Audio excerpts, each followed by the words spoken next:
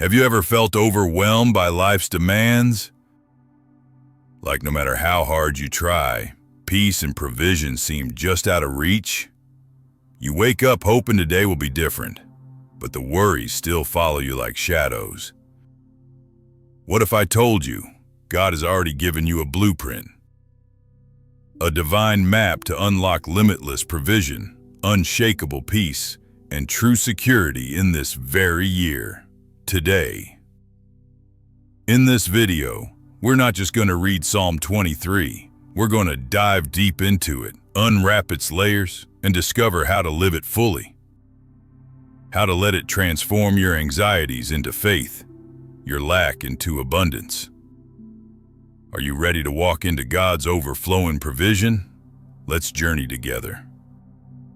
Beloved, today, we are not just reading Psalm 23, we are entering it. We are not just quoting scripture, we are learning how to pray through it. Psalm 23 is not only a comfort psalm, it is a prayer manual. It teaches us how to approach God, how to trust Him, how to rest in Him, and how to walk with Him through every season of life. David did not write this psalm from a palace. He wrote it from experience. Experience with danger. Experience with lack. Experience with fear. And experience with God. And today, the same shepherd David prayed to is listening to you. So as we walk through Psalm 23 verse by verse, I want you to listen not just with your ears, but with your spirit. Let this psalm become your prayer. Verse 1. The Lord is my shepherd, I shall not want.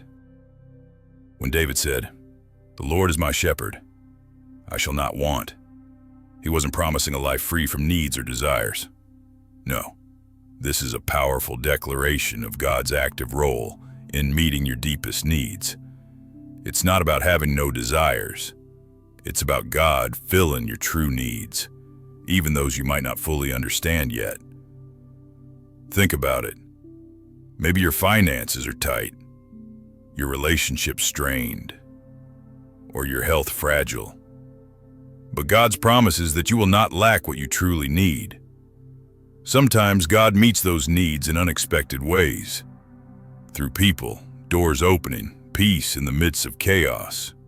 Right now, I want you to pause and ask, what is one want or worry weighing on you?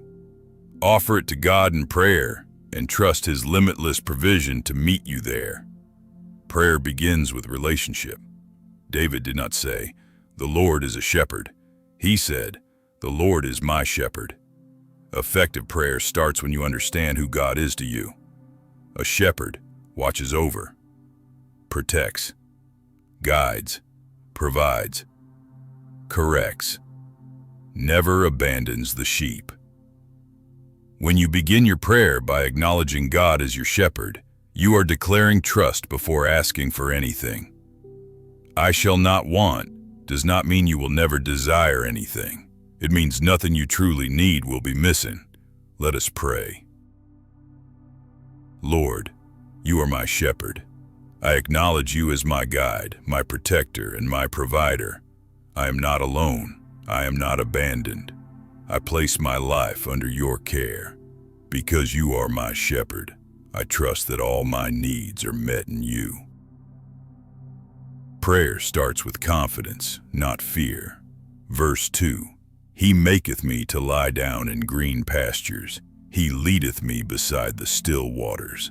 This isn't just beautiful poetry about a shepherd's care. It's an invitation to rest, real soul-refreshing rest. In our world of endless notifications, demands, and noise, rest is a radical act. We are starved for quiet and renewal. Psalm 23 reminds us, God leads us to places, not just physical places, but spiritual and emotional spaces where our souls can be replenished. This year, I challenge you, create your green pasture moments. Maybe it's a few minutes of prayer, a walk in nature, or just turning off your devices to be still with God.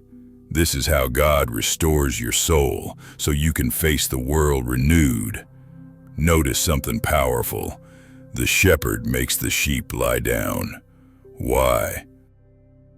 Because sheep know how to wander, but not how to rest. Many believers pray from exhaustion, anxiety, and burnout. But God wants to restore your soul before He answers your request. Green pastures represent provision and nourishment. Still waters represent peace and clarity. God does not lead you into chaos. He leads you into peace. Let us pray. Lord, quiet my anxious thoughts. Lead me away from worry, pressure, and fear. Restore my peace. Teach me to rest in you. Feed my soul with your word. Let your peace calm my spirit like still waters. Prayer is not rushing God. It is resting in Him. Verse 3. He restoreth my soul. He leadeth me in the paths of righteousness for His name's sake. Restoration comes before direction. God restores your soul before He redirects your steps. When life drains you, God restores you. When sin weakens you, God restores you. When disappointment breaks you, God restores you. And then He leads you, not according to your emotions, not according to popular opinion, but according to righteousness. And why does He do it? For His name's sake. Your life reflects His glory. If you're in a valley right now, hear this. God is not distant. He's present. His presence is your courage. Let us pray. Lord, restore what life has drained from me. Heal my heart. Renew my strength. Correct my steps. Lead me in the right way, not my way. Let my life bring honor to your name. Prayer aligns your life with God's purpose. Verse 4.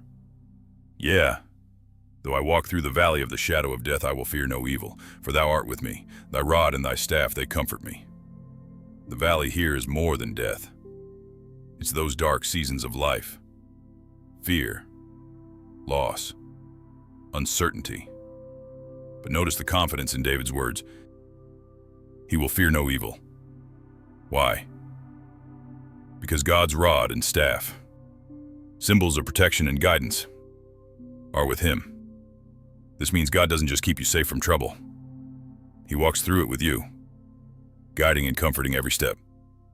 Beloved, if you're in a valley right now, hear this. God is not distant. He is present. His presence is your courage. Notice David did not say, if I walk through the valley.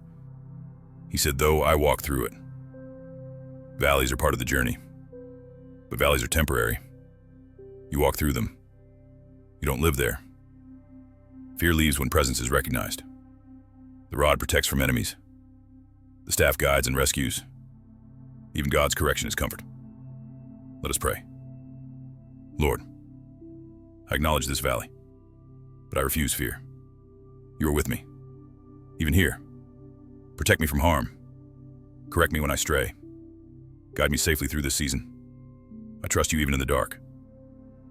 Prayer does not deny reality. It declares faith. Verse 5. Thou preparest a table before me in the presence of mine enemies. Thou anointest my head with oil. My cup runneth over. Imagine this. A feast prepared for you even when surrounded by opposition and hardship. God's favor isn't just for good times. It shows up boldly in adversity. The anointing with oil speaks of healing, consecration, and empowerment. Your cup overflows, not just with material blessings, but with peace, joy, and hope. Even when life feels hostile or uncertain, God is preparing abundance for you. God does not wait for enemies to disappear before blessing you. He blesses you in their presence. The table represents provision. The oil represents healing and honor. The overflowing cup represents abundance, not just enough. Let us pray. Lord, I thank you that you bless me even when I'm opposed. Prepare my table. Anoint me afresh. Heal what is wounded. Let my life overflow with your grace, favor, and joy. Prayer reminds you who truly fights for you.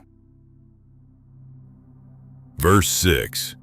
Surely goodness and mercy shall follow me all the days of my life, and I will dwell in the house of the Lord forever. David closes with, surely goodness and mercy shall follow me all the days of my life, and I shall dwell in the house of the Lord forever.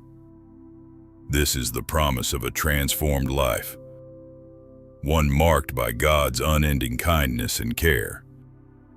No matter what 2026 brings, you are covered by God's goodness. This isn't passive luck, it's an active daily walk with God that shapes your life with His presence. This verse speaks of assurance. Goodness and mercy do not visit occasionally. They follow you. Your future is not cursed. It is covered. And dwelling in God's house speaks of intimacy, not location. Prayer ends with confidence and surrender. Let us pray. Lord, I trust my future to you. I believe your goodness surrounds me. Your mercy follows me every day. I choose to dwell in your presence all my life. My hope is secure in you. Finally, beloved, Psalm 23 teaches us how to pray with trust, with rest, with surrender, with courage, with confidence. This is not just a psalm to read at funerals. It is a prayer for everyday life.